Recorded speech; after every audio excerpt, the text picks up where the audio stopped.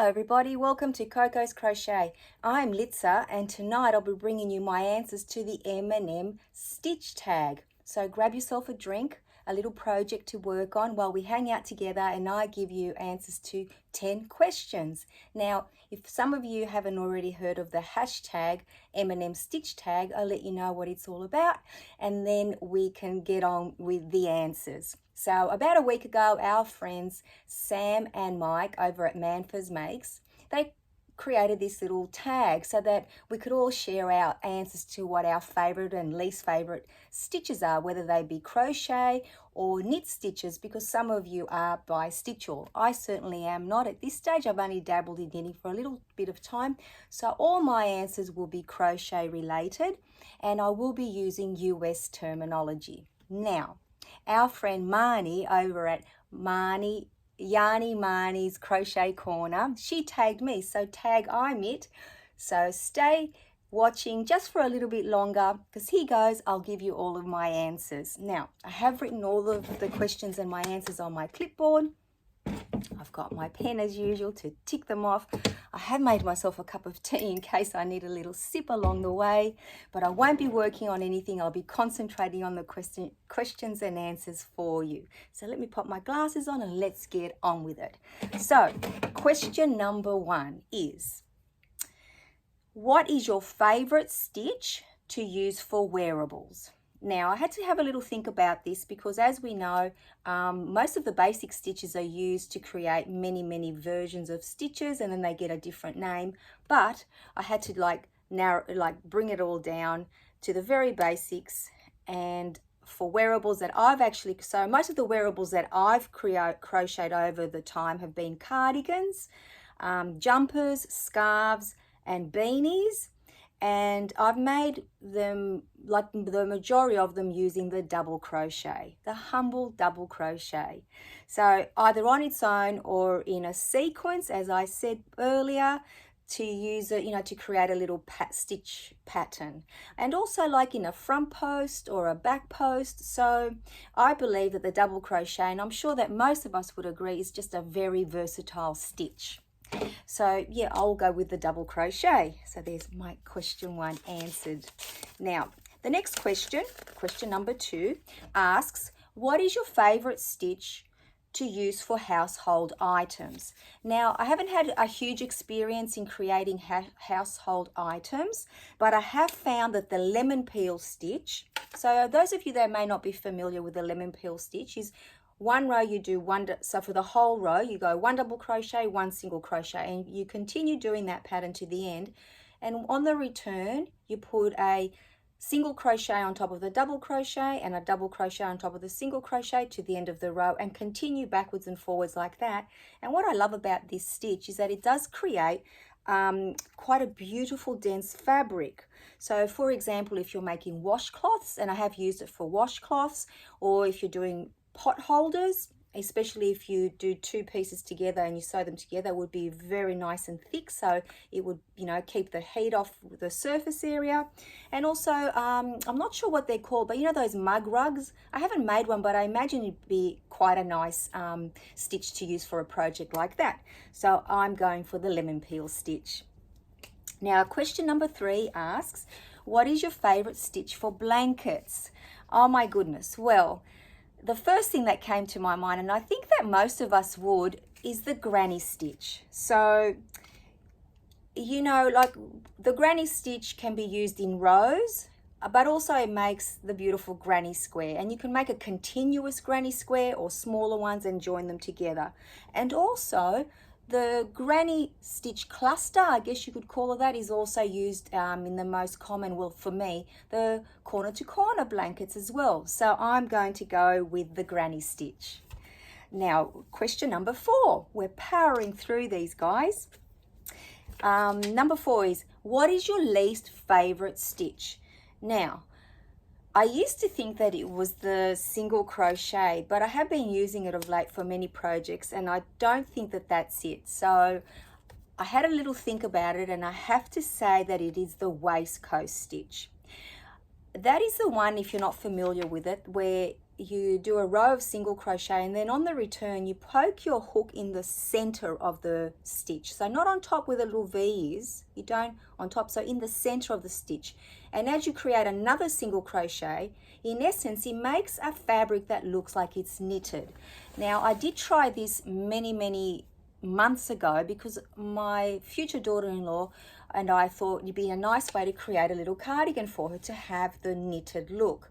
But after attempting to just do a very small part of a sleeve, I very quickly realized that it is for me, it is a very tricky and a very hard stitch. Like, it's hard on my hands to do it. And then I decided, look, if I need a fabric that looks like knit, I should learn how to knit. So for me, it is the stitch that I would say is my least favorite stitch for those reasons. So question 4, tick.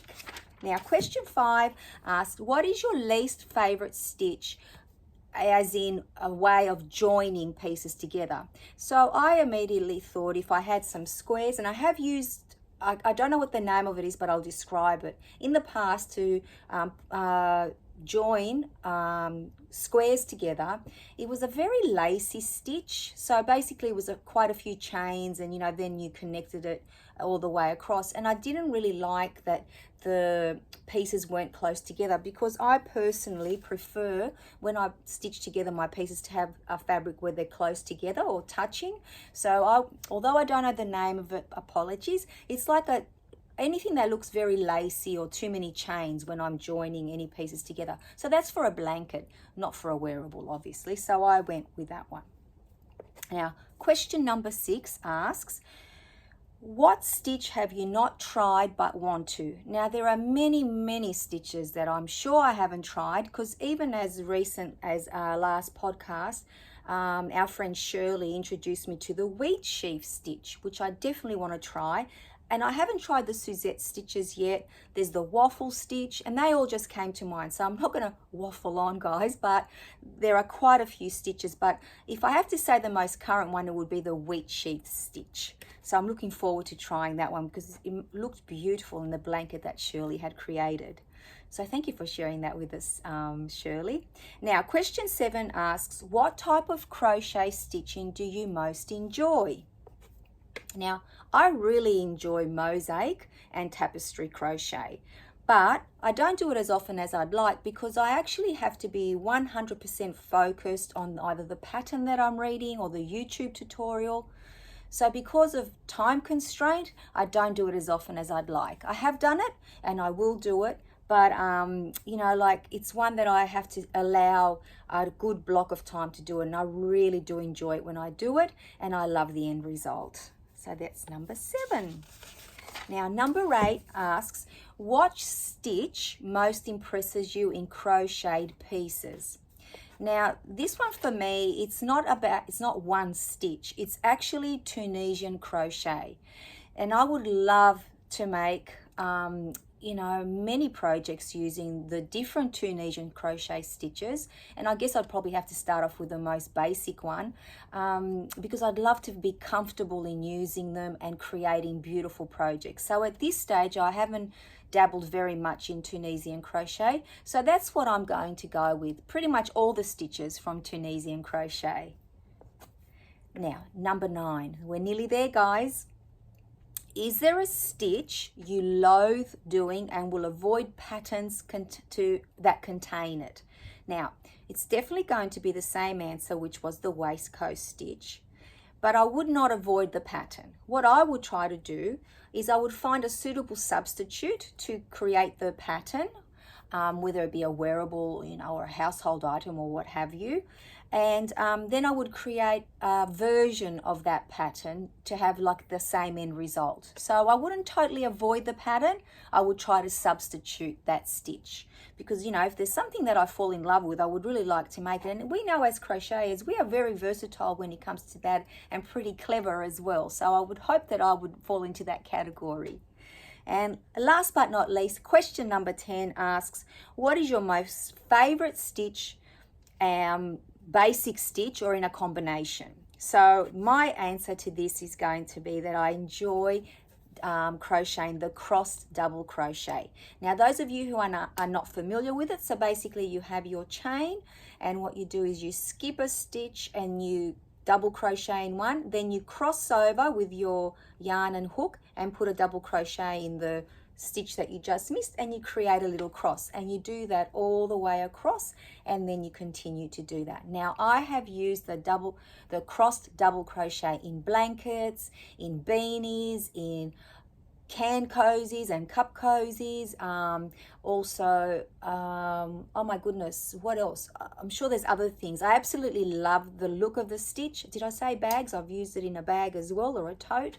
So that is one stitch that I think is very, very pretty, because although it creates a nice dent, like a nice fabric that's quite sturdy, it also has that little effect where you see a little bit of window around, like a little bit of a space, so it makes for an interesting piece of fabric as well. I absolutely love it. So they are the 10 questions answered. So if you have a channel, consider yourself tagged. And if you don't have a channel and would love to share your favorite and least favorite stitches with us, please put them down in the comments down below, because we would all love to hear what yours are as well. And that's it, guys. I think that is a very fun little tag, and thank you for giving me the opportunity to give you my answers. And if you guys want to see more answers from other people, if you put in the hashtag #MStitchTag, you'll be able to see all their answers as well. So thank you so very much for hanging out with me. I hope you're all well. Take care, and I shall see you all very, very soon. Bye bye, everybody.